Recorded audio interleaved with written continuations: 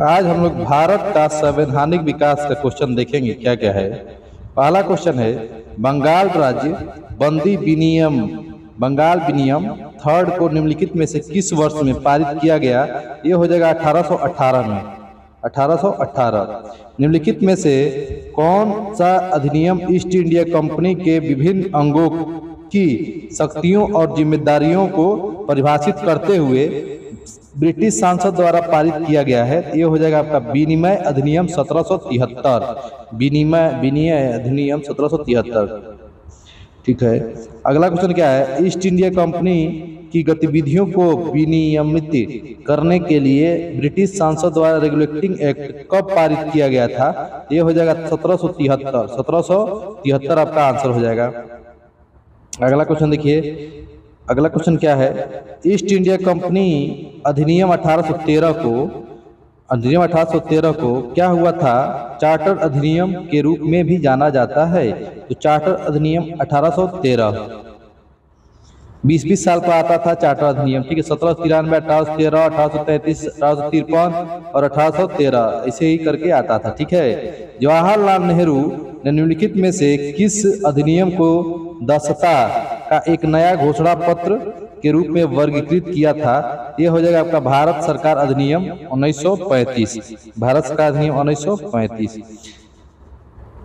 निम्नलिखित में से किस अधिनियम के प्रावधान द्वारा ब्रिटेन के भारतीय प्रांत पर ईस्ट इंडिया कंपनी के शासन को निरस्त कर दिया गया और उन्हें ब्रिटिश क्वीन के नाम से भी शासित के तहत जाता है। तो क्या हो जाएगा इसका आंसर, भारत सरकार अधिनियम 1858। इसको ध्यान रखिएगा, भारत सरकार अधिनियम 1858। अगला क्वेश्चन क्या है, कलकत्ता में एक शाही चार्टर द्वारा नगर निगम की स्थापना किस वर्ष की गई थी। इसका आंसर हो जाएगा 1726 में। 1726 में ध्यान रखेंगे।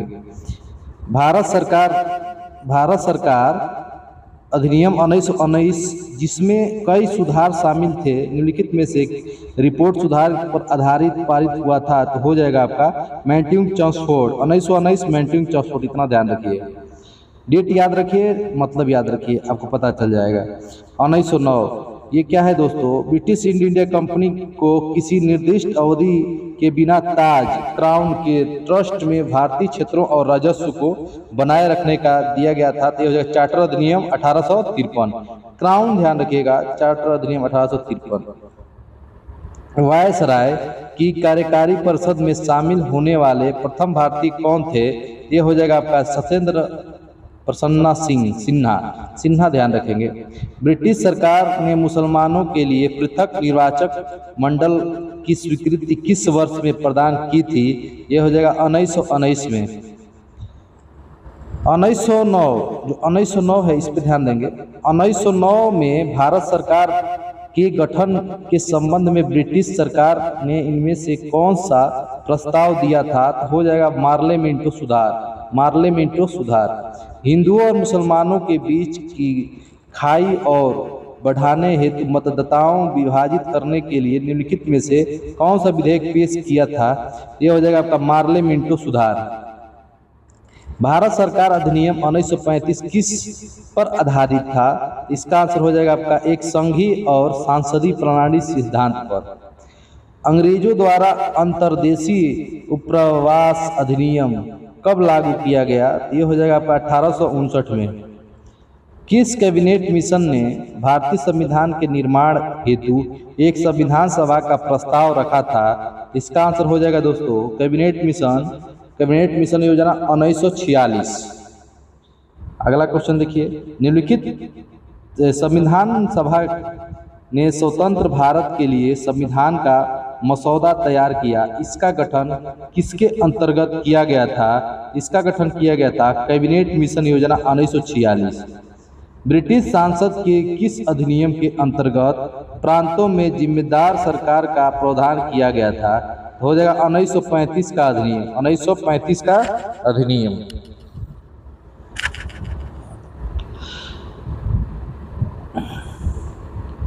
निम्नलिखित में से किस अधिनियम ने भारत में कंपनी के व्यापारिक एकाधिकार को समाप्त कर दिया और इसे चाय के अलावा सभी ब्रिटिश अधीनस्थ कारोबारों के लिए खोल दिया। ये हो जाएगा आपका 1813 का चार्टर अधिनियम। निम्नलिखित में से किस अधिनियम के अंतर्गत बागान मजदूर को बिना अनुमति का चाय बागानों को छोड़ने की अनुमति नहीं था? यह हो जाएगा अंतर्देशीय अवराजन अधिनियम 1859। बहुत अंदर तक पूछ रहा है दोस्तों, पढ़ना है बढ़िया से। प्रांतीय स्वार्थ मतलब कि प्रोविजनल ऑटोनॉमी को भारत सरकार अधिनियम 1935 के तहत वर्णित किया गया था। भारत में ईस्ट इंडिया कंपनी से संबंधित मामलों को नियंत्रित एवं विनियमित करने हेतु ब्रिटिश सरकार द्वारा पारित प्रथम अधिनियम कौन सा था? ये हो जाएगा आपका विनियम अधिनियम 1773। ध्यान रखना है 1773। भारत सरकार अधिनियम 1919 के साथ क्या सच नहीं है? तो हो जाएगा आपका आंसर, अधिनियम ने 1919 से 1939 तक 20 वर्ष अवरित किए हैं, सत्य नहीं है।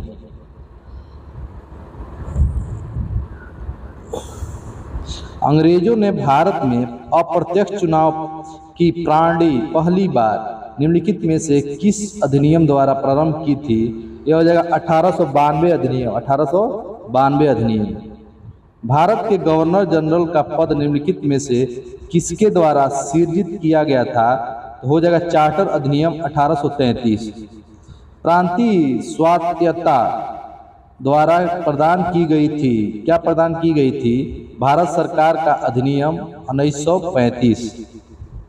ब्रिटिश भारत में मार्ले मिंटो सुधार किस वर्ष में पारित किए गए थे?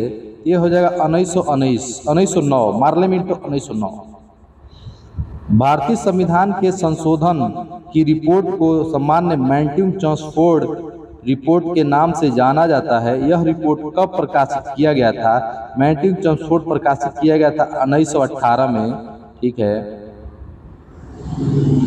किस वर्ष में पिट का भारत अधिनियम पारित किया गया? पिट भारत यानी कि ये समझिए दोस्तों 1784 पिट का भारत अधिनियम पारित किया गया है। गवर्नर जनरल वायसराय के बारे में पढ़ते हैं। हड़प नीति यानी व्यक्तिगत का सिद्धांत निम्नलिखित में से किस गवर्नर जनरल ने लागू की थी? ये हो जाएगा लॉर्ड डलहौजी। मतलब इनमें से कौन है जो वर्ष 1815 में भारत का पहला महासर्वेक्षण नियुक्त किया गया? महासर्वेक्षक नियुक्त किया गया कालिंग मैकेजी। भारत सरकार अधिनियम 1919 भारत के तत्कालीन वायसराय द्वारा एडविन मॉन्टेगू की सिफारिश पर पारित किया गया था। ध्यान रखेंगे मैंटेगू-चम्सफोर्ड 1919 आ गया तो उसको ध्यान रखना पड़ेगा। देखिए मैंटेगू-चम्सफोर्ड। निम्नलिखित में से किसने 1851 में अवध राज्य को एक चेरी जो एक दिन हमारे मुंह में गिर जाएगी के रूप में वर्णित किया था? यह हो जाएगा लॉर्ड डलहौजी। क्या हो जाएगा? लॉर्ड डलहौजी। लॉर्ड डलहौजी किस अवधि में भारत का गवर्नर जनरल था? यह हो जाएगा 1848 से 1856 में। भारत के पहले मेडिकल कॉलेज की स्थापना कहाँ हुआ था? लॉर्ड विलियम बेंटिंग के काल में की गई थी। लॉर्ड विलियम बेंटिंग को भारत के किस गवर्नर जनरल ने व्यापक सिद्धांत नीति का प्रयोग किया था? यह हो जाएगा लॉर्ड डलहौजी। निम्नलिखित में से कौन भारत के अंतिम वायसराय थे? हो जाएगा लॉर्ड माउंटबेटन। भारत में स्थानीय स्वशासन का जनक किसे माना जाता है? तो लॉर्ड रिपन को। भारत में सांप्रदायिक निर्वाचन का जनक किसे कहा जाता है? हो जाएगा लॉर्ड मिंटो। स्वतंत्र भारत के पहले गवर्नर जनरल कौन थे? तो हो जाएगा लॉर्ड माउंटबेटन। भारत के इनमें से किस वायसराय ने निर्वाचित स्थानीय सरकारी निकायों के सृजन की पहल की थी? हो जाएगा लॉर्ड रिपन। ये याद रखिएगा। वारकुनल प्रेस एक्ट 1882, पहला कारखाना अधिनियम 1881, एल्बर्ट बिल 1884, शिक्षा के हंटर आयोग 1882। भारत के अधिनियम हैं भारत के निम्नलिखित में से किसे स्थानीय स्वशासन का जनक कहा जाता है? तो हो जाएगा लॉर्ड रिपन को स्थानीय शासन का जनक रिपन। व्यापकगत का सिद्धांत डलहौजी, बहुत आया है। डॉक्ट्रिन ऑफ लैप्लास नीति डलहौजी, जिन्होंने 1848 में गवर्नर जनरल के रूप में पदभार संभाला, हड़प नीति नामक नीति तैयार किया, उसको क्या कहते हैं? लॉर्ड डलहौजी। निम्नलिखित में से कौन सा व्यापकगत के सिद्धांत से जुड़ा हुआ है? हो जाएगा लॉर्ड डलहौजी। विलय का सिद्धांत या हड़प नीति को लॉर्ड डलहौजी ने लागू किया था। लॉर्ड डलहौजी ने भारतीय राज्यों को हड़पने के लिए निम्नलिखित में से कौन सी नीति अपनाई थी? हो जाएगा व्यापकगत का सिद्धांत। भारत में पहली यात्री ट्रेन वर्ष 1853 में कहाँ से कहाँ तक स्टार्ट हुआ था दोस्तों? तो बॉम्बे ठाणे के बीच में चलाई गई थी 1853, 16 अप्रैल 1853। इनमें से किसे भारतीय रेल का जनक माना जाता है? तो भारतीय रेल का जनक माना जाता है लॉर्ड डलहौजी को। किस वर्ष में भारत के गवर्नर जनरल को वायसराय की उपाधि दी गई थी? हो जाएगा 1858 में वायसराय की उपाधि दी गई थी। 1947 में भारत के स्वतंत्र होने के समय ब्रिटिश भारत का वायसराय कौन था? ये हो जाएगा आपका लॉर्ड माउंटबेटन। भारत के अंतिम गवर्नर जनरल कौन थे? ये हो जाएगा आपका चक्रवर्ती राजगोपालाचारी। स्वतंत्र भारत के गवर्नर जनरल कौन थे? ये हो जाएगा आपका लॉर्ड माउंटबेटन। भारत के गवर्नर जनरल के रूप में लुईस माउंटबेटन की जगह किसने ली थी? तो सी गोपालाचारी ने। आज़ादी के बाद भी कौन भारत का गवर्नर जनरल बना रहा था? यह हो जाएगा लुईस माउंटबेटन। भारतीय संविधान के अस्तित्व में आने से पहले गोपालाचारी भारत के आखिरी गवर्नर जनरल थे। उस गवर्नर जनरल का नाम बताएं जिसने पैरामाउंटेसी नामक नीति का आरंभ किया था। हो जाएगा लॉर्ड हेस्टिंग्स। 1813 से 1823 के बीच में सर्वोपरि कहा गया। इनमें से कौन सा सुधार आंदोलन वर्ष 1829 में लॉर्ड विलियम बेंटिंग के कार्यकाल के दौरान हुआ था? ये हो जाएगा दोस्तों आपका सती प्रथा का विरोध, प्रतिषेध। भारत का पहला वायसराय कौन बना था? तो भारत का जो पहला वायसराय था वो था लॉर्ड कैनिंग।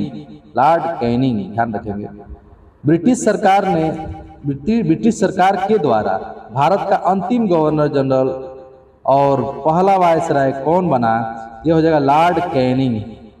बंगाल के पहले गवर्नर जनरल के रूप में किसे नियुक्त किया गया था? ये हो जाएगा लॉर्ड क्लाइव।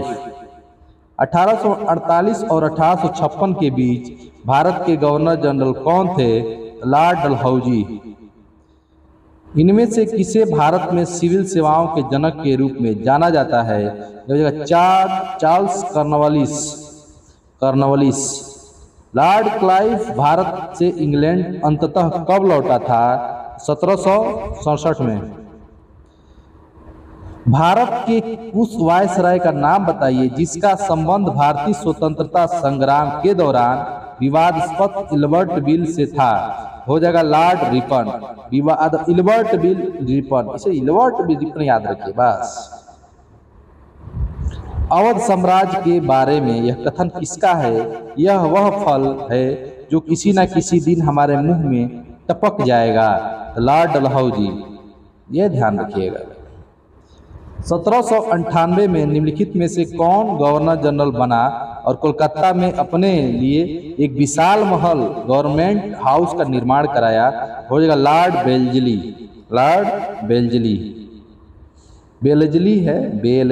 ठीक है।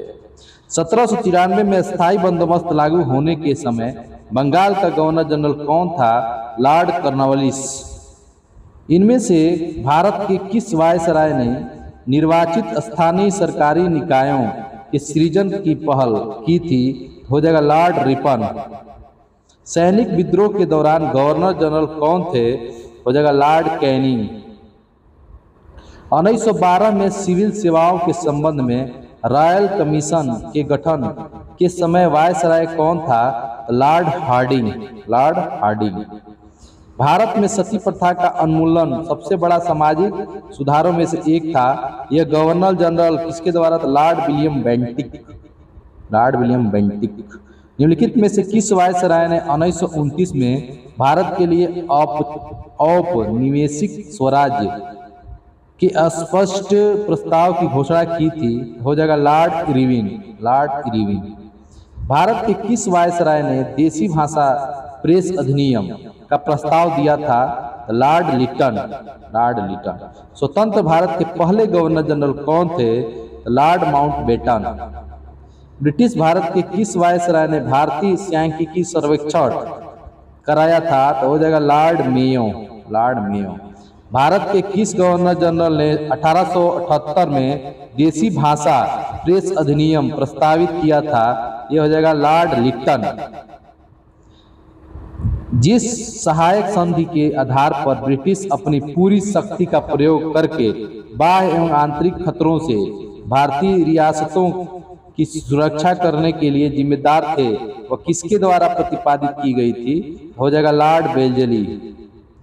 सहायक गठबंधन 1798 में लॉर्ड वेल्लेस्ली द्वारा तैयार एक गैर हस्तक्षेप नीति थी। निम्नलिखित में से कौन भारत के गवर्नर जनरल थे?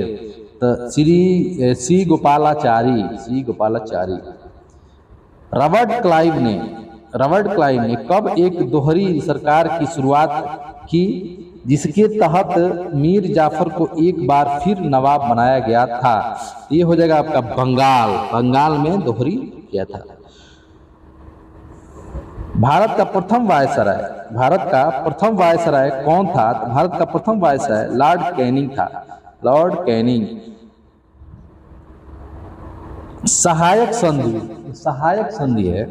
सहायक संधि भारत में ब्रिटिश क्षेत्र के विस्तार करने के लिए अभ्यास की जाने वाली सबसे महत्वपूर्ण नीतियों में से एक थी, जिसे क्या कहा जाता था? लॉर्ड वेल्लेस्ली द्वारा पेश किया गया था। वर्ष 1931 में भारत की नई राजधानी के रूप में नई दिल्ली का उद्घाटन करने वाले वायसराय का नाम क्या था? Lord Irwin. Lord Irwin.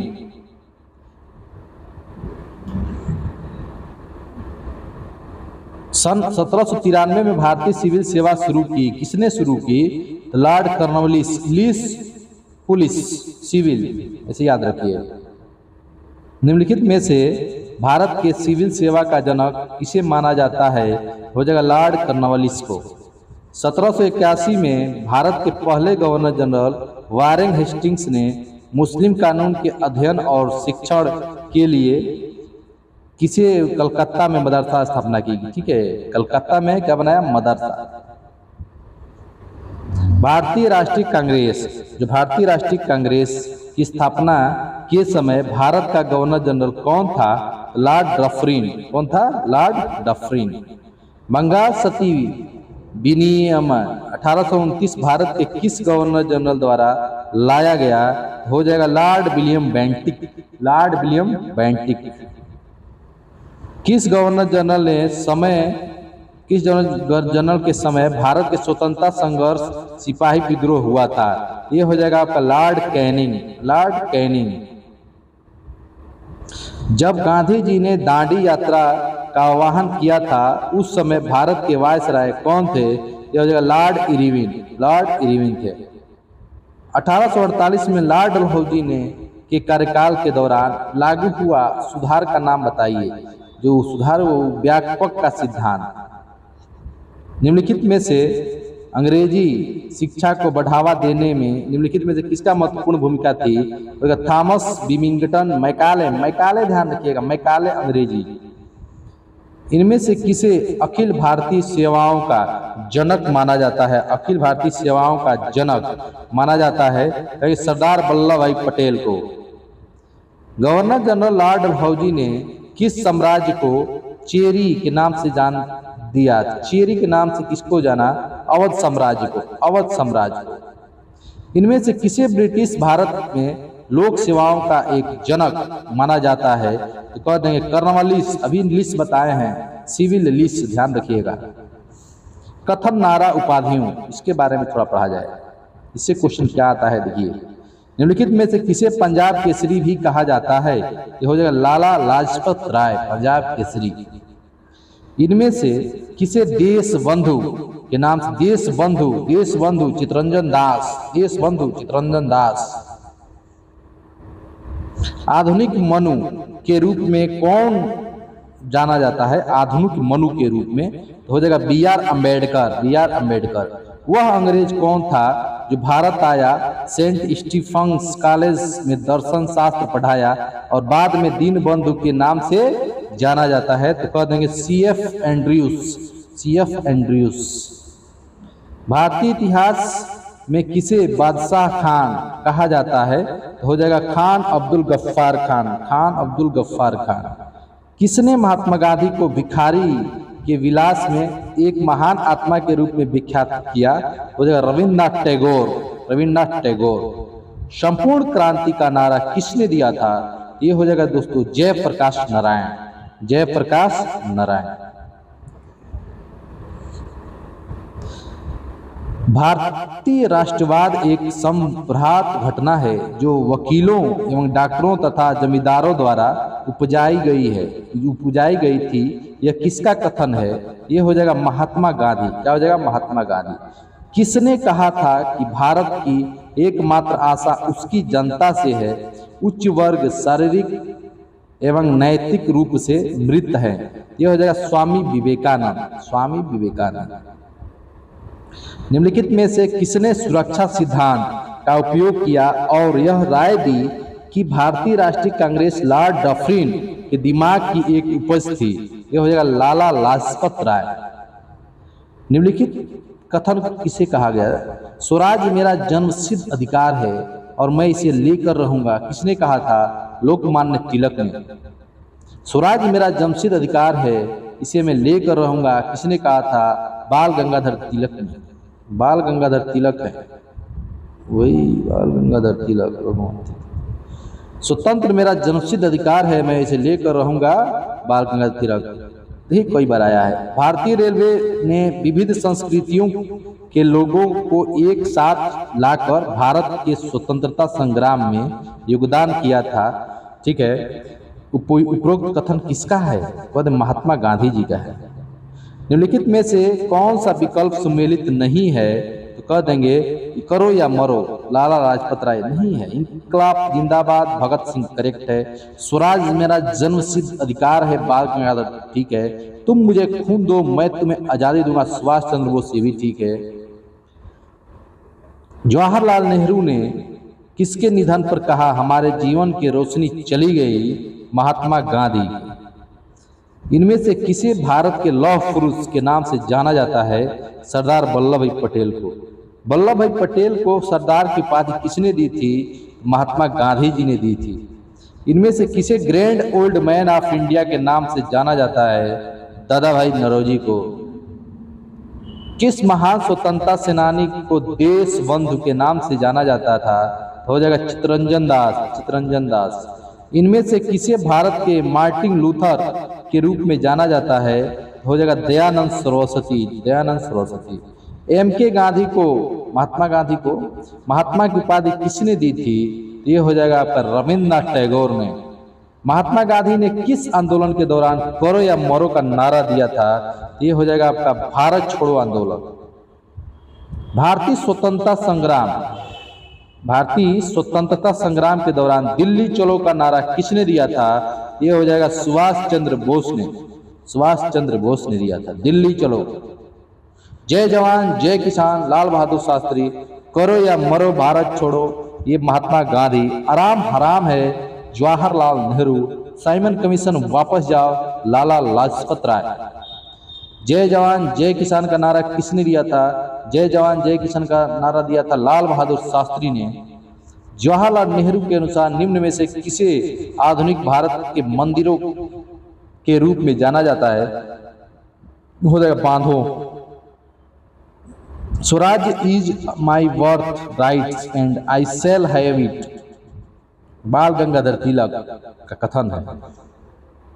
सारे जहां से अच्छा, इस गाने को किसने गाया है दोस्तों? मोहम्मद इकबाल ने। कौन से भारतीय नेता को लोकप्रिय रूप से पंजाब केसरी के नाम से भी जाना जाता है? लाला लाजपत राय को। किसे फादर ऑफ इंडियन सर्विसेज कहा जाता है? तो ये हो जाएगा दोस्तों आपका सरदार वल्लभ भाई पटेल को।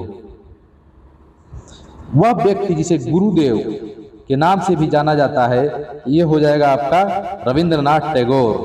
महात्मा गांधी को दक्षिण अफ्रीका में एम्बुलेंस सेवाओं में उनके योगदान के लिए अंग्रेज के केसरे हिंद पदक किसके सम्मानित किया था? यह हो जाएगा लॉर्ड हार्डिंग। गांधी जी को ब्रिटिश ने कौन सी उपाधि प्रदान की थी जो उनके द्वारा त्याग दी गई थी? यह हो जाएगा आपका केसरे हिंद। रविंद्रनाथ टैगोर को गुरुदेव की उपाधि किसने दी थी? तो हो जाएगा महात्मा गांधी जी ने। किसने कहा था तुम मुझे खून दो मैं तुम्हें आजादी दूंगा? सुभाष चंद्र बोस ने। भारत की आजादी की लड़ाई के दौरान करो या मरो का नारा किसने दिया था? महात्मा गांधी जी ने। बिस्मार्क ऑफ इंडिया किसे कहा जाता है? वल्लभ भाई पटेल को। वल्लभ भाई पटेल, समझ रहे हैं? लौह पुरुष। ऐसे जियो जैसे कि आपका आखिरी दिन हो, ये सीखो कि आप हमेशा जीवित रहेंगे। ये शब्द किसके द्वारा है, किसने कहा था? तो ये हो जाएगा आपका महात्मा गांधी ने। हम वह हैं जिसे हमारे विचारों ने बनाया है, इसीलिए आप जो सोचते हैं उस पर ध्यान दें। शब्द गौण है, विचार रहते हैं और दूर तक जाते हैं। किसने कहा था? स्वामी विवेकानंद ने कहा था। सहिष्णुता के अभ्यास में उसका दुश्मन ही उसका सबसे अच्छा शिक्षक होता है। ये शब्द क्या है दोस्तों? दलाई लामा का है। किसका है? दलाई लामा। ब्रिटिश कालीन प्रमुख इमारत हैं, इससे क्वेश्चन क्या आते हैं? देखिए दोस्तों, इनमें से रानी मैरी 1911 में भारत की यात्रा के दौरान अपोलो बंदरगाह पर उनके आगमन की स्मृति में गेटवे ऑफ इंडिया का निर्माण किया गया था। किंग जॉर्ज पंचम के द्वारा गेटवे ऑफ इंडिया का निर्माण किया गया था। आपको ध्यान देना है। निम्नलिखित में से किस इमारत का निर्माण प्रथम विश्व युद्ध के बलिदान देने वाले अभिजीत भारत के सैनिक के युद्ध स्मारक के रूप में किया गया? तो ये हो जाएगा दोस्तों इंडिया गेट। क्या हो जाएगा? India gate. अवध के इसमें से किस नवाब ने लखनऊ में बड़ा इमाम बाड़ा का निर्माण कराया था? ये हो जाएगा असाफ उल दौला। किस वर्ष से नई दिल्ली स्थित मशहूर स्मारक इंडिया गेट पर अमर जवानों ज्योति अखंड रूप से प्रज्वलित होने लगी? 1971 से। 1971 के युद्ध में के दौरान शहीद होने वाले सैनिकों की याद में अमर जवान गेट बनाया गया। तो कब हुआ था दोस्तों? भारत पाक का युद्ध। मुंबई में स्थित गेटवे ऑफ इंडिया का निर्माण किंग जॉर्ज पंचम के स्वागत में कराया गया था। किंग जॉर्ज पंचम। भारत में किंग जॉर्ज पंचम और क्वीन मैरी के स्वागत के लिए 1911 में गेटवे ऑफ इंडिया का पारंपरिक हुआ था इंडो सैनिक शैली में बनाया गया। सेवन लोक कल्याण मार्ग का डिजाइन इनमें से किसके द्वारा तैयार किया गया था? हो जाएगा सर एडविन लुटियंस के द्वारा। दिल्ली में स्थित इंडिया गेट का डिजाइन किसके द्वारा तैयार किया गया था? Edwin Lutyens. ध्यान रखें, लुटियंस। 1921 में एडविन लुटियंस इनमें से किसका निर्माण कराया? बस इंडिया गेट। किस वास्तुकार ने मुंबई स्थित गेटवे ऑफ इंडिया को डिजाइन किया था? हो जाएगा जॉर्ज विटेट। अंग्रेजों द्वारा कोलकाता में संगमरमर की एक विशाल इमारत का निर्माण कराया गया था जो ताजमहल की प्राकृतिक है। इमारत का नाम बताइए दोस्तों। Victoria memorial. क्या हो जाएगा? Victoria memorial. प्रसिद्ध पर्यटक आकर्षण विक्टोरिया मेमोरियल कहाँ पे है? पश्चिम बंगाल में है, कोलकाता में है। भारत के उस स्थान का नाम बताएं जहां शून्य मील का पत्थर देखा जा सकता है, जिसे बलुआ पत्थर से बने 4 घोड़ों युक्त एक स्तंभ की आकृति से बनी हुई है, तो हो जाएगा नागपुर। क्या हो जाएगा? नागपुर। नई दिल्ली में स्थित इंडिया गेट का डिजाइन किस वास्तुकार ने तैयार किया है? ये हो जाएगा आपका लुटियंस ने। किसने? लुटियंस ने। कलकत्ता चरनाक इंडिया गेट, लुटियंस सदन भवन, वेकर चंडीगढ़, कार्बोलिसियर राष्ट्रपति भवन, लुटियंस। आपको ध्यान रखना है। नई दिल्ली में स्थित भारतीय संसद भवन की संरचना को किसने तैयार किया था दोस्तों? हो जाएगा sir Edwin Lutyens. Fort William का निर्माण ईस्ट इंडिया कंपनी ने करवाया था। इस किले का निर्माण स्थल के लिए क्या हुआ था दोस्तों? गोविंदपुरी में गांव में उजाड़ा गया था। राष्ट्रीय युद्ध स्मारक का निर्माण करने का प्रस्ताव है। क्या हो जाएगा? नई दिल्ली में। कहाँ पे? नई दिल्ली में। विक्टोरिया टर्मिनल का निर्माण कहाँ पे होगा? तो 1888 में किया गया। ठीक है। हाँ। निम्न द्वारों में से किसका निर्माण प्रथम विश्व युद्ध में शहीद हुए सैनिकों की स्मृति में किया गया था? ये हो जाएगा आपका इंडिया गेट। क्या हो जाएगा? India gate. दिल्ली में संसद भवन का निर्माण किस अवधि के दौरान किया गया था? तो 1921 से 1927। उस वास्तुकार का नाम बताएं जिसने नई दिल्ली को डिजाइन किया था। हो जाएगा लुटियंस। स्वतंत्रता के बाद भारत बांग्लादेश को स्वतंत्र देश का दर्जा कब प्राप्त हुआ था? 1971 में, जब पाकिस्तान और इंडिया का युद्ध हुआ था उसी समय। भारत और पाकिस्तान के बीच 1960 में हुई सिंधु जल समझौता पर किस शहर में हस्ताक्षर किए गए थे? हो जाएगा कराची में। स्वतंत्रता के समय ब्रिटिश भारत में क्या हुआ था दोस्तों? तो 565 रियासतें शामिल थी। 1985 का असम समझौता, 1985 में नई दिल्ली में क्या हुआ था? राजीव गांधी नेताओं के बीच हस्ताक्षर समझौता हुआ था। अहिंसा के मध्य से सामाजिक, आर्थिक एवं राजनीतिक परिवर्तन लाने के लिए प्रदान किए जाने वाले गांधी शांति पुरस्कार का सृजन किस वर्ष किया गया था? ये हो जाएगा 1995। ऑपरेशन विजय निम्नलिखित में से किस युद्ध का संबंधित है? ऑपरेशन विजय कारगिल युद्ध 1999। भारत पाकिस्तान कारगिल युद्ध का कोड नाम क्या था? तो हो जाएगा आपका ऑपरेशन विजय। निम्नलिखित में से किन नेताओं ने ताशकंद समझौता पर हस्ताक्षर किया? देखिएगा, ताशकंद समझौता लाल बहादुर शास्त्री, याकूब खान। किस भारत और पाकिस्तान युद्ध के बाद ताशकंद घोषणा हुई थी? ये हो जाएगा आपका 1965 युद्ध के बाद। 1972 का शिमला समझौता इंदिरा गांधी और इसके बीच हुआ था? जुल्फिकार अली भुट्टो के बीच हुआ था। भुट्टो। शिमला समझौता 1972 पर किनके द्वारा हस्ताक्षर किए गए थे? ये हो जाएगा इंदिरा गांधी और भुट्टो के द्वारा। भारत की स्वतंत्रता के तुरंत बाद गोवा पुर्तगाली राज्य था। क्या था? पुर्तगाली के राज्य था। 1961 में पुर्तगाल छोड़ के गए थे, तब जाके गोवा अपना हुआ था। निम्न में से कौन से वर्ष भारत पाक युद्ध नहीं हुआ था? ये हो जाएगा 1962 में। नहीं हुआ था, नहीं हुआ था, होना चाहिए नहीं हुआ था, नहीं हुआ था 1962। ठीक है, इस बात में नहीं हुआ था, बल्कि इस वर्ष भारत और चीन के बीच युद्ध हुआ था। ये बात 1971 में पहले भारत पाकिस्तान युद्ध किस वर्ष हुआ था? तो हो जाएगा 1965। बांग्लादेश को किस देश से स्वतंत्रता मिली थी?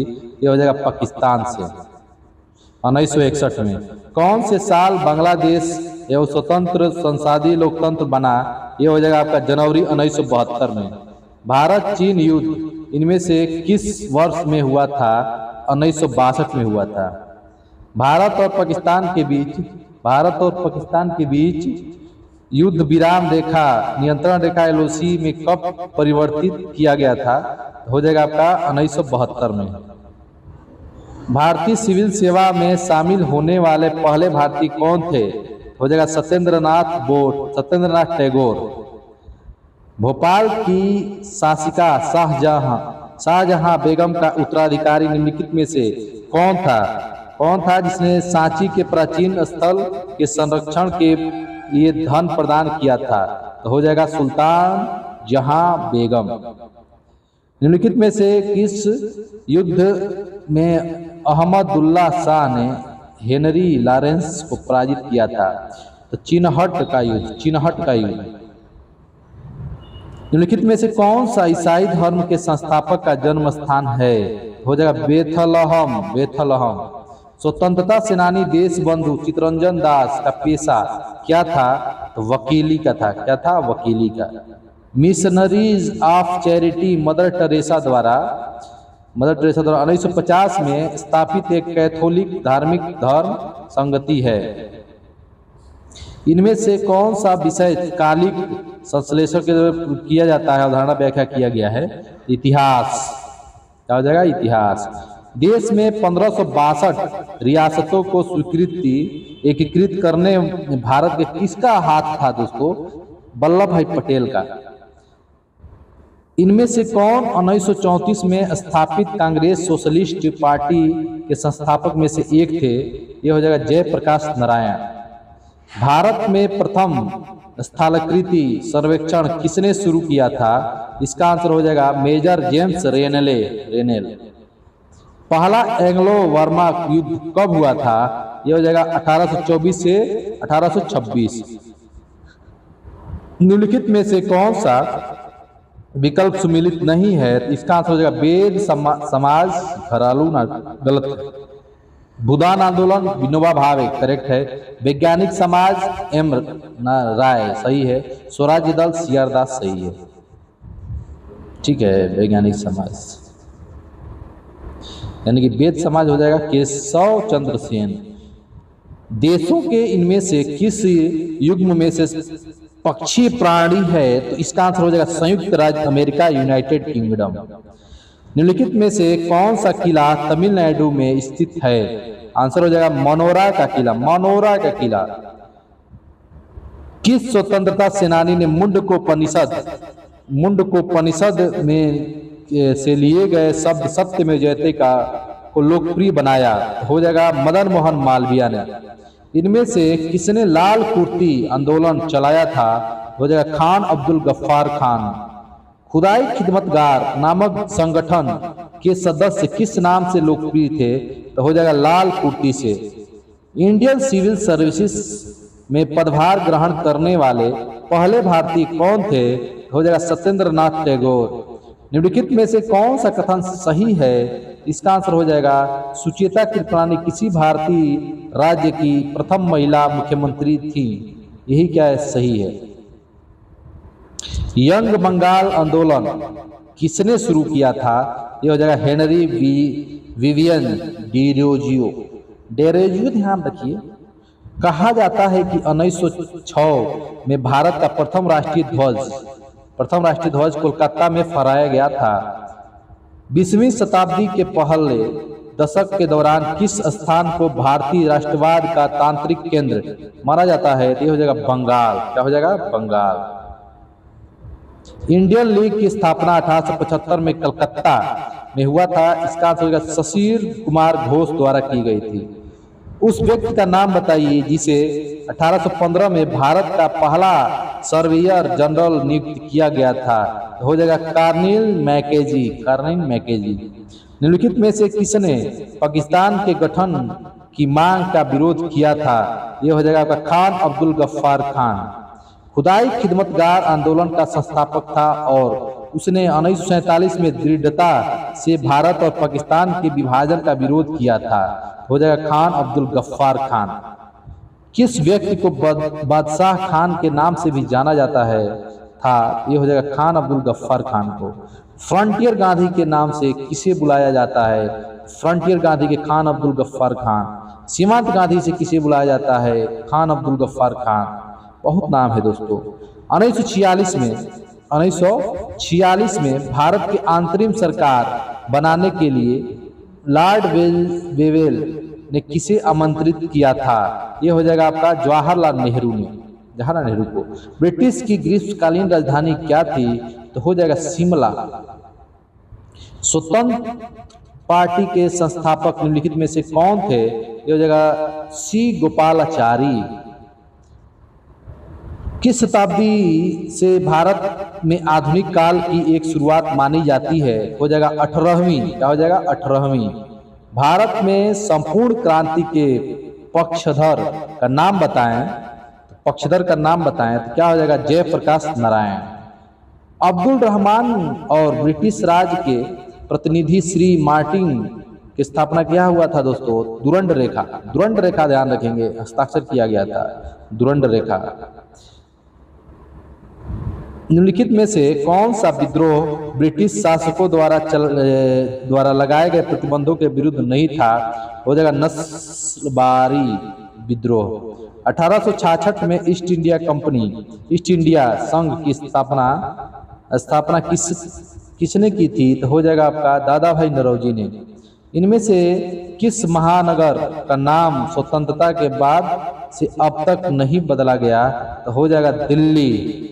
पंजाब के किस शहर को पहले रामदासपुर के नाम से भी जाना जाता था? तो हो जाएगा अमृतसर। निम्नलिखित में से किसे विश्व के सर्वोच्च युद्ध क्षेत्र के रूप में जाना जाता है? हो जाएगा सियाचिन ग्लेशियर। सियाचिन ग्लेशियर। पूर्वोत्तर भारत है, भारत के किस राज्य को उसके वास्तविक निवासियों द्वारा न्याय माल भाले भी कहा जाता है? हो जाएगा सिक्किम। क्या हो जाएगा? सिक्किम। ब्राह्मणी और खरोष्टी लिपि को विख्यातित किया, जिसके उपयोग में पहले के शिलालेखों के लिए किया जाता था? तो हो जाएगा दोस्तों जेम्स प्रिंसिप। दहेज प्रतिषेध अधिनियम कब लागू किया गया था? 1961 में। पुरातात्विक भाषा वैज्ञानिक और ईस्ट इंडिया कंपनी के अधिकारी जेम्स प्रिंसिपे ने किस वर्ष में किए थे? तो हो जाएगा आपका 1837 में अशोक के शिलालेख की व्याख्या की थी। 1837 में। 1866 में भारतीय समस्या के बारे में चर्चा करने और भारतीय कल्याण के संवर्धन हेतु ब्रिटिश लोक अधिकारियों को प्रभावित करने के लिए लंदन ईस्ट इंडिया एसोसिएशन का गठन किया गया था। ये हो जाएगा आपका आंसर दादा भाई नौरोजी। दादा भाई नौरोजी। इंडियन सोशल कॉन्फ्रेंस ने प्रतिज्ञा आंदोलन शुरू किया था। इसका उद्देश्य क्या था दोस्तों? इसका उद्देश्य था बाल विवाह का निषेधित करना। अगला क्वेश्चन क्या है? इनमें से कौन ब्रिटिश पार्लियामेंट का प्रथम भारतीय सदस्य था? ये हो जाएगा दादा भाई नौरोजी। किस आंदोलन को भारत का पहला सविनय अवज्ञा आंदोलन कहा जाता है? चंपारण सत्याग्रह। चंपारण आंदोलन। निम्नलिखित में से कौन सी घटना प्राचीनतम है? प्राचीनतम घटना कौन सी है? जलियांवाला बाग हत्याकांड। जलियांवाला बाग हत्याकांड। कालानुक्रमिक ढंग से भारतीय स्वतंत्रता के दौरान इनमें से कौन सी घटना सबसे पहले घटित हुई थी? जलियांवाला बाग हत्याकांड। बाकी तो आप जान रहे हैं, असहयोग आंदोलन 1920, सविनय अवज्ञा 1930, भारत छोड़ो 1942। डेट याद रखिएगा 13 अप्रैल, 1 अगस्त, 6, 8। स्वतंत्रता संग्राम की घटनाओं में से कौन सा कालानुक्रम सही नहीं है? हो जाएगा सैन्य विद्रोह, बंगाल। ये सब गलत है, ध्यान दीजिएगा इस पर। निम्नलिखित में से घटनाओं को कालानुक्रम कीजिए तो कर लीजिएगा एक बार याद करके, एक नहीं। ये भी हो जाएगा। जलियांवाला बाग कब हुआ था? असहयोग आंदोलन कब हुआ था? नमक सत्याग्रह कब हुआ था? भारत छोड़ो आंदोलन कब हुआ था? निम्नलिखित में से कौन सा कथन सही है? कौन सा कथन सही है? बाल विवाह निरोधक अधिनियम सन 1929 में पारित किया गया था। 1861 में भारतीय पुरातत्व सर्वेक्षण की स्थापना के द्वारा की गई थी। हो जाएगा दोस्तों अलेक्जेंडर कनिंघम। ध्यान रखेंगे। भारत के राष्ट्रगीत की रचना इनमें से किसने की थी? भारत के राष्ट्रगीत बंकिम चंद्र चट्टोपाध्याय। राष्ट्रगीत आनंद मठ से लिया गया है। वंदे मातरम आनंद मठ से लिया गया है। विवेकानंद शिमला स्मारक कन्याकुमारी में स्थित है। निम्नलिखित में से किस भारतीय राज्य को 1972 में तक नॉर्थ ईस्ट फ्रंटियर एजेंसी के रूप में जाना जाता है? तो हो जाएगा अरुणाचल प्रदेश। क्या हो जाएगा? अरुणाचल प्रदेश। ये देख लीजिएगा क्या है, इसका आंसर हो जाएगा आपका निश्चिंतात्मक। ठीक है दोस्तों, ये रहा आपका वीडियो, कंप्लीट वीडियो है हिस्ट्री का, जो कि भारतीय हिस्ट्री है, इतिहास है। ठीक है, पूरा वीडियो देखिएगा और अच्छा लगे तो सब्सक्राइब जरूर करिएगा, क्योंकि बहुत मोटिवेशन मिलता है दोस्तों। ठीक है, लाइक करना ना भूलिएगा। Thank you. स्वागत है दोस्तों आपके अपने चैनल बोलो हो गया में। आज हम नेक्स्ट पार्ट देखेंगे रोलेट एक्ट के बारे में। महात्मा गांधी ने रोलेट एक्ट सत्याग्रह किस वर्ष शुरू किया था?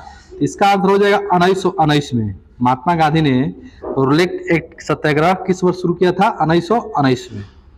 ठीक है, अगला क्वेश्चन क्या है? निम्न को सुमेलित कीजिए। ठीक है, साइमन कमीशन कब भारत आया था? आपको ध्यान रखना है, भारत आना 1928 में। ठीक है, क्रिप्स मिशन का भारत आना 1942। जलियांवाला बाग नरसंहार कब हुआ था? नरसंहार 1919 में। चौरी चौरा कांड हुआ था 1922 में। इसको मिला लीजिएगा। ठीक है, इसमें दिया हुआ भी है। रोलेट एक्ट 1919 में निम्न में से किसे शामिल किया गया था?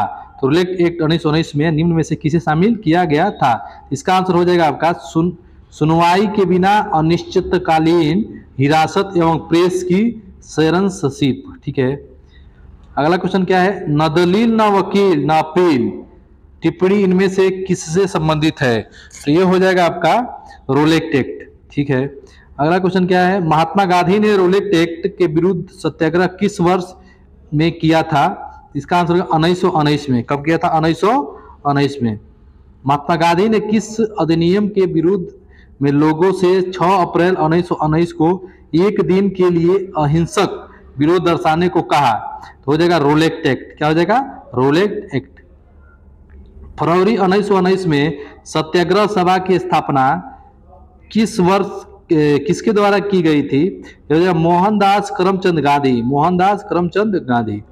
गांधी जी ने किस एक्ट या अधिनियम के खिलाफ लड़ने और सत्याग्रह शुरू करने का फैसला लिया था? तो ये हो जाएगा आपका रोलेट एक्ट। क्या हो जाएगा? Roulette act. रोलेट एक्ट 1919 में पारित किया गया था। रोलेट एक्ट कब पारित किया गया था? 1919 में, 18 मार्च 1919। रोलेट एक्ट के अंतर्गत निम्नलिखित में से कौन सा एक उपाय अपनाया गया था? कौन सा उपाय था? तो दोस्तों ये हो जाएगा आपका आंसर मुकदमे के बिना करवास। मुकदमे के बिना करवास। रोलेट एक्ट को किस वर्ष पारित किया गया था? यह हो जाएगा 1919। ब्रिटिश सरकार ने कुख्यात रोलेट अधिनियम कब पारित किया था? इस अधिनियम में बिना मुकदमे के राजनीतिक नजरबंदी की अनुपस्थिति दी गई थी। तो यह हो जाएगा 1919। जलियांवाला बाग हत्याकांड के बारे में समझिए दोस्तों। 1919 में हुई जलियांवाला बाग की घटना की जांच के लिए भारत सरकार द्वारा किस आयोग का गठन किया गया था? यह हो जाएगा हंटर कमेटी। क्या हो जाएगा? Hunter committee. जलियांवाला बाग की घटना से के संबंध में निम्नलिखित में से कौन सा कथन गलत है? तो इसका आंसर हो जाएगा दोस्तों, गलत जब पूछ रहा है तो जलियांवाला बाग घटना की चौरी चौरा घटना के बाद हुई थी। जलियांवाला बाग नहीं, जलियांवाला बाग की घटना चौरी चौरा की घटना के बाद नहीं हुई थी। पहले जलियांवाला बाग हुआ था, तब चौरी चौरा हुआ था। निम्नलिखित में से किस ब्रिटिश नीति ने लोगों को जलियांवाला बाग अमृतसर में एकत्र होने के लिए विवश किया था? यह हो जाएगा रोलेट अधिनियम। रोलेट अधिनियम। जलियांवाला बाग हत्याकांड इनमें से किस शहर में हुआ था? तो ये हो जाएगा अमृतसर। अमृतसर। गांधी जी का रोलेट एक्ट के खिलाफ अभियान प्रेस पर ब्रिटिश से सेंसरशिप और पेशी के बिना नजरबंदी के जवाब में था। तो हो जाएगा आपका रोलेट एक्ट। क्या हो जाएगा? Roulette act. जलियांवाला बाग हत्याकांड के विरोध में गांधी जी ने किस सम्मान को लौटाया था? तो ये हो जाएगा आपका केसरे हिंद। केसरे हिंद ध्यान रखेंगे। और रविन्द्रनाथ टैगोर ने सर की उपाधि लौटा दी थी। तो देखिए, गांधी जी ने लौटा दिया था केसरे हिंद, रविन्द्रनाथ टैगोर ने लौटा दिया था सर की उपाधि। रविन्द्रनाथ टैगोर ने जलियांवाला बाग की वजह से अपनी नाइटहुड की उपाधि भी लौटा दी थी। तो ध्यान रखना है, नाइटहुड। 13 अप्रैल 1919 में हुआ था जलियांवाला बाग हत्याकांड। ठीक है, जलियांवाला बाग नरसंहार जो है कि कब हुआ था? जो कि आपका पता होना चाहिए, 13 अप्रैल 1919। देखिए 9 अप्रैल 1919 को रोलेट एक्ट के विरुद्ध आरोप में पंजाब के दो लोकप्रिय नेता डॉक्टर सैफुद्दीन कुचलू तथा डॉक्टर सत्यपाल मलिक को ब्रिटिश सरकार ने गिरफ्तार किया था। इनकी गिरफ्तारी के विरोध में 13 अप्रैल 1919 को वैसाखी के दिन अमृतसर के जलियांवाला बाग में एक विशाल सभा का आयोजन किया गया था। ठीक है, तो ये चीज समझ में आना चाहिए। जलियांवाला बाग नरसंहार किस तिथि को हुआ था? तो हो जाएगा 13 अप्रैल 1919। लॉर्ड चेम्सफोर्ड ने 1919 में जलियांवाला बाग की घटना की जांच के लिए समिति का गठन किया था। तो ये समिति हो जाएगा हंटर समिति। क्या हो जाएगा? हंटर समिति। जलियांवाला बाग नरसंहार किस वायसराय के कार्यकाल के दौरान हुआ था? तो ये हो जाएगा आपका lord Chelmsford. Lord Chelmsford. Jallianwala Bagh हत्याकांड रोलेट अधिनियम के विरुद्ध का प्रत्यक्ष परिणाम था। जो है कि रोलेट एक्ट का विरुद्ध का जो प्रत्यक्ष परिणाम क्या था? जलियांवाला बाग हत्याकांड था। जलियांवाला बाग हत्याकांड में अहम भूमिका के कारण माइकल फ्रांसीसी ओ डायर की हत्या किसके द्वारा की गई थी? तो हो जाएगा उधम सिंह। क्या हो जाएगा? उधम सिंह। जलियांवाला बाग नरसंहार का बदला लेने के लिए लंदन में जनरल ओ डायर को किसने मारा था? तो उधम सिंह ने मारा था, सरदार उधम सिंह ने। जलियांवाला बाग नरसंहार किस वर्ष घटित हुई थी? तो 1919 में, 13 अप्रैल 1919। जलियांवाला बाग हत्याकांड का आदेश किसने दिया था? तो हो जाएगा कर्नल रेजिनाल्ड डायर। किस त्योहार के दिन जलियांवाला बाग हत्याकांड हुआ था? तो हो जाएगा बैसाखी। असहयोग, खिलाफत और आंदोलन के बारे में समझते हैं। भारत के स्वतंत्रता संग्राम से संबंधित निम्नलिखित में से कौन सी घटना उसके घटित होने के वर्ष सम्मिलित है? तो देखिए दोस्तों, ये लाजवाब सवाल है। 1922 चौरी चौरा कांड के प्रत्यक्ष परिणाम के रूप में महात्मा गांधी ने राष्ट्रीय स्तर पर असहयोग आंदोलन रोक दिया था। ये सही है। भारत के कुछ शैक्षणिक संस्था महात्मा गांधी के अंग्रेजों के साथ असहयोग के आह्वान की प्रतिक्रिया स्वरूप स्थापित किए गए थे। निम्नलिखित में से कौन सा संस्थान उनमें से नहीं है? तो ये हो जाएगा Shrirampur college. Shrirampur college. Shrirampur college. ऐतिहासिक स्थान चौरी चौरा किस राज्य में स्थित है? हो जाएगा उत्तर प्रदेश में स्थित है। कहाँ पे है? उत्तर प्रदेश में। चौरी चौरा कांड किस वर्ष हुआ था? तो चौरी चौरा कांड हुआ था 1922 में। फरवरी 1922 में किस घटना में ने महात्मा गांधी को अपना असहयोग आंदोलन समाप्त करने के लिए प्रेरित किया था? तो हो जाएगा चौरी चौरा की घटना। चौरी चौरा की घटना। असहयोग और खिलाफत आंदोलन कब शुरू किए गए थे? तो यह हो जाएगा 1920 में। 1920 में। कांग्रेस ने दिसंबर 1920 में अपने नागपुर में आयोजित हुए अधिवेशन के दौरान असहयोग आंदोलन को क्या किया था? अंगीकृत किया था। असहयोग आंदोलन के दौरान चौरी चौरा घटना उत्तर प्रदेश के किस जिले में हुई थी? तो हो जाएगा गोरखपुर जिले में हुई थी। चौरी चौरा कांड किस वर्ष हुआ था? तो हो जाएगा दोस्तों 1922 में हुआ था। 4 फरवरी 1922। किस वर्ष हिंसक घटना के बाद गांधी जी द्वारा असहयोग आंदोलन वापस ले लिया था? तो हो जाएगा दोस्तों चौरी चौरा। महात्मा गांधी के नेतृत्व में असहयोग आंदोलन कब से कब तक चलाया गया था? तो हो जाएगा दोस्तों 1920 से 1922 तक। अखिल भारतीय खिलाफत समिति में जब यह घोषणा करते हुए एक प्रस्ताव पारित किया कि किसी भी मुसलमान को ब्रिटिश भारतीय सेना में सेवा प्रदान नहीं करना चाहिए, तो हो जाएगा जुलाई 1921। निम्नलिखित में से कि क्या असहयोग आंदोलन खिलाफत आंदोलन पर परिणाम था? तो देखिए ये हो जाएगा मजदूर वर्ग कई छोटे शहरों में हड़ताल पर चला गया। खिलाफत आंदोलन की शुरुआत कब हुई थी? तुर्की में हुई थी। खिलाफत आंदोलन की शुरुआत तुर्की में हुई थी। अली बंधु शौकत अली और मोहम्मद अली द्वारा भारत में किस आंदोलन का नेतृत्व किया गया था? हो जाएगा खिलाफत आंदोलन। 1920 में किस आंदोलन को असहयोग आंदोलन के साथ जोड़ा गया था? यह हो जाएगा खिलाफत आंदोलन। 1922 में गांधी जी द्वारा असहयोग आंदोलन स्थगित करने का मुख्य कारण क्या था? तो उत्तर प्रदेश में चौरी चौरा पुलिस स्टेशन में उग्र भीड़ द्वारा आग लगा दी गई थी। इसके वजह से उन्होंने असहयोग आंदोलन त्याग दिया था। खिलाफत आंदोलन का नेतृत्व किसने किया था? तो खिलाफत आंदोलन का नेतृत्व शौकत अली मोहम्मद अली ने किया था। खिलाफत आंदोलन का नेतृत्व किसने किया था? तो खिलाफत आंदोलन अली बंधु ने किया था। 1920-22 में असहयोग आंदोलन का नेतृत्व किसने किया था? तो ये हो जाएगा महात्मा गांधी ने किया था। 1922 में गांधी जी द्वारा असहयोग आंदोलन को वापस लेने का मुख्य कारण क्या था? तो ये हो जाएगा भीड़ में उत्तर प्रदेश के चौरी चौरा एक पुलिस स्टेशन में आग लगा दी गई। चौरी चौरा कांड की घटना के परिणाम स्वरूप इनमें से किस आंदोलन को अचानक बंद कर दिया गया था? तो हो जाएगा असहयोग आंदोलन। निम्नलिखित में से किसने खिलाफत आंदोलन का नेतृत्व किया था? तो हो जाएगा शौकत अली। चौरी चौरा घटना के कारण किस आंदोलन को अचानक रोकना पड़ा? तो हो जाएगा असहयोग आंदोलन को रोकना पड़ा। भारत के खिलाफ आंदोलन के बारे में क्या सही है? तो देखिए दोस्तों, इसका आंसर हो जाएगा यह तुर्की में सुल्तान के समर्थन में एक आंदोलन था। ठीक है, खिलाफत आंदोलन तुर्की में सुल्तान के समर्थन का एक आंदोलन था। बताइए, भारत के खिलाफत आंदोलन के बारे में क्या सही है? तो हो जाएगा तुर्की सुल्तान के समर्थन में आंदोलन था। असहयोग आंदोलन के बाद महात्मा गांधी के मुकदमे की सुनवाई करने वाले न्यायाधीश का नाम क्या था? तो हो जाएगा आपका न्यायमूर्ति सीएन ब्रूमफील्ड। भारत में असहयोग आंदोलन किस वर्ष में शुरू हुआ था? तो ये हो जाएगा 1920। 1923 में स्वराज पार्टी का गठन किसने किया था? तो 1923 में स्वराज पार्टी का गठन मोतीलाल नेहरू और चित्तरंजन दास ने किया था।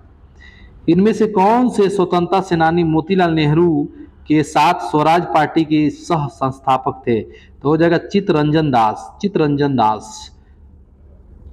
निम्नलिखित में से कौन 1923 में गठित स्वराज पार्टी के संस्थापक सदस्यों में से एक थे? तो हो जाएगा आपका सी आर दास। स्वराज पार्टी की स्थापना किस वर्ष की गई थी? तो हो जाएगा 1923 में। स्वराज पार्टी की स्थापना 1923 में किया गया था।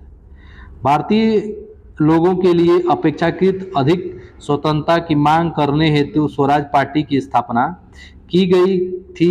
गया में स्वराज पार्टी का गठन हुआ तो कब हुआ था? 1923 में गया में। मोतीलाल नेहरू ने परिषद राजनीति में वापसी के लिए बहस करने हेतु कांग्रेस के भीतर स्वराज पार्टी का गठन किसके साथ किया था?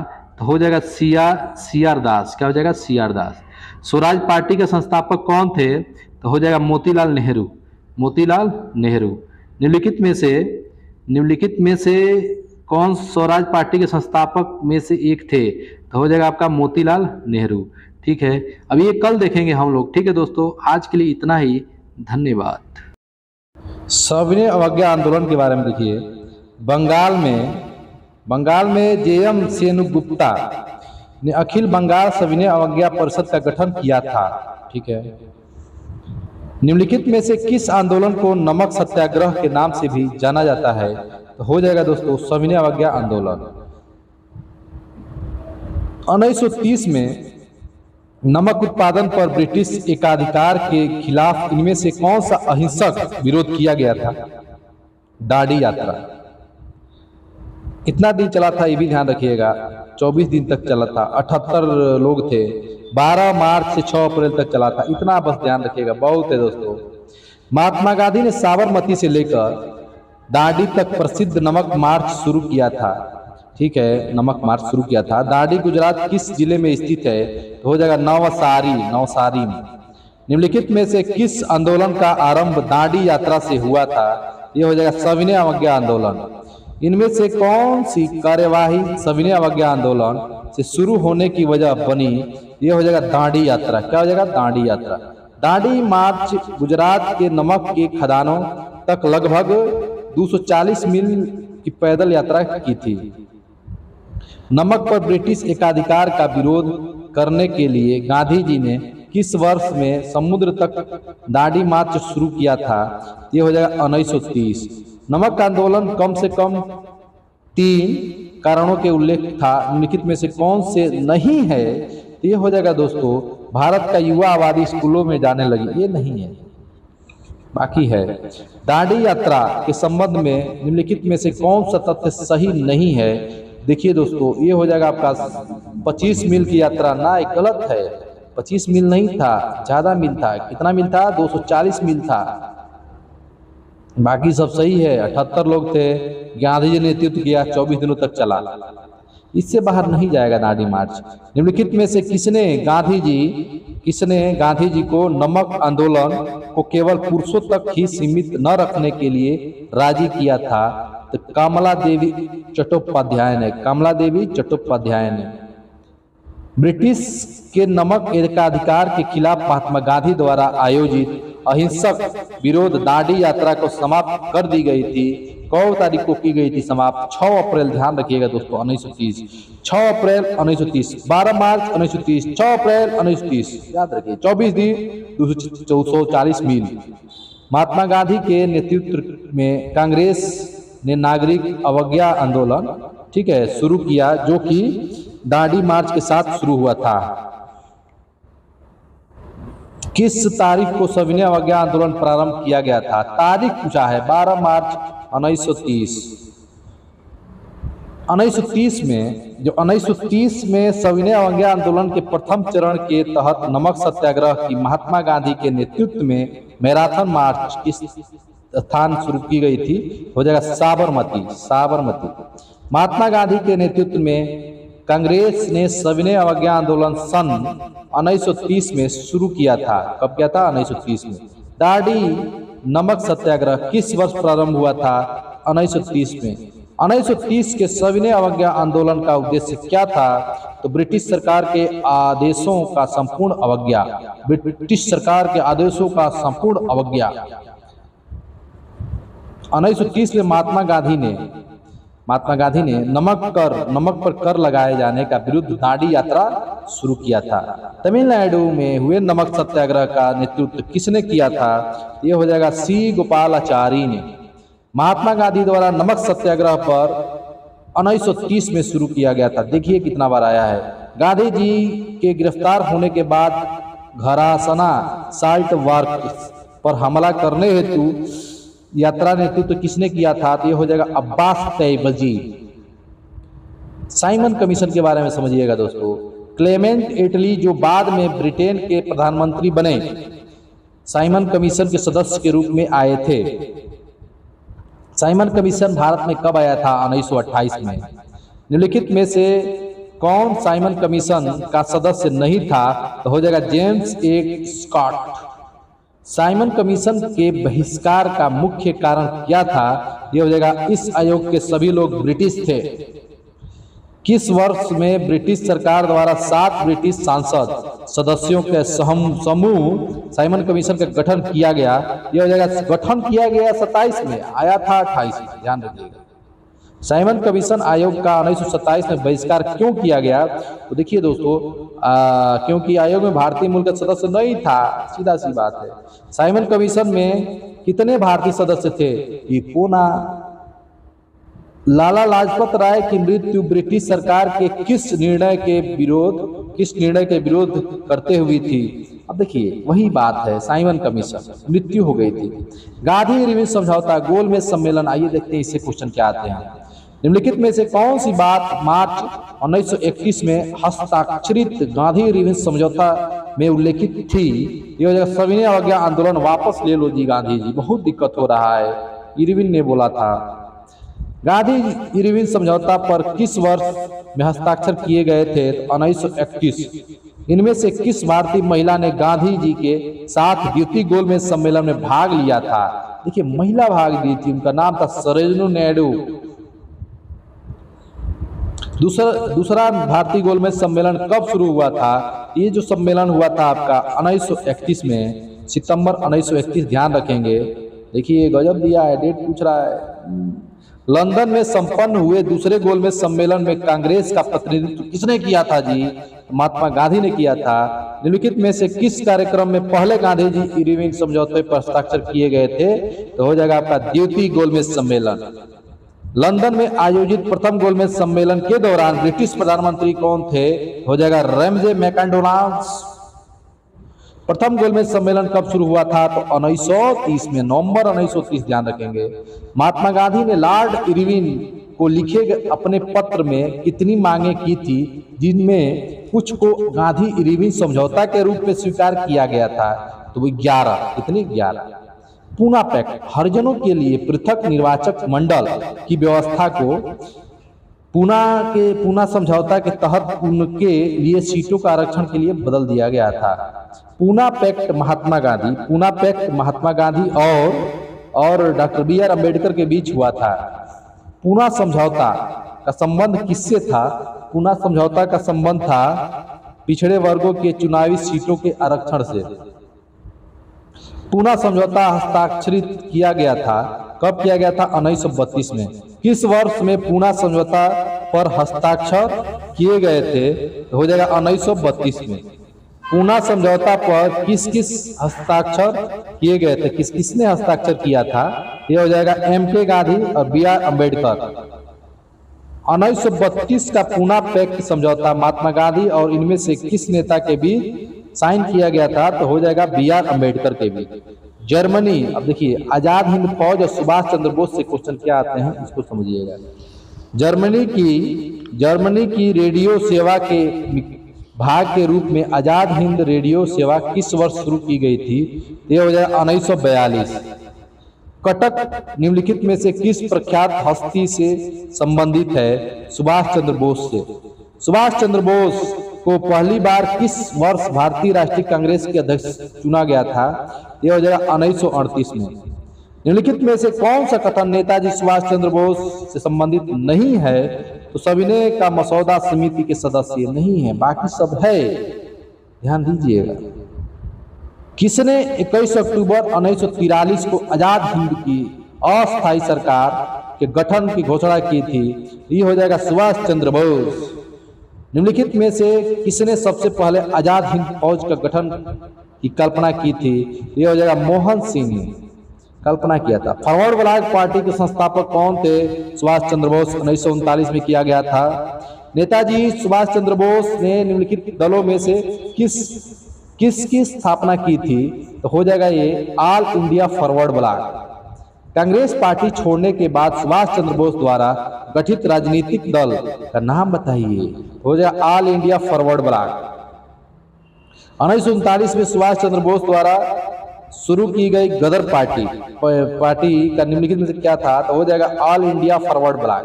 गदर नहीं है, पार्टी की शुरुआत है। निम्नलिखित में से कौन प्रसिद्ध सहगल ठिल्लो शाह नवाज मुकदमे के बीच वकील में एक थे? ये हो जाएगा जवाहरलाल नेहरू। 3 INA जवानों का प्रसिद्ध सुनवाई के लिए समय वकील कौन था? तो हो जाएगा भूलाभाई देसाई। किस सन में सुभाष चंद्र बोस ने आजाद हिंद फौज की स्थापना की थी? ये हो जाएगा 1943 में। इंडियन नेशनल आर्मी का गठन किसके द्वारा किया गया था? ये हो जाएगा आपका मोहन सिंह। आजाद हिंद फौज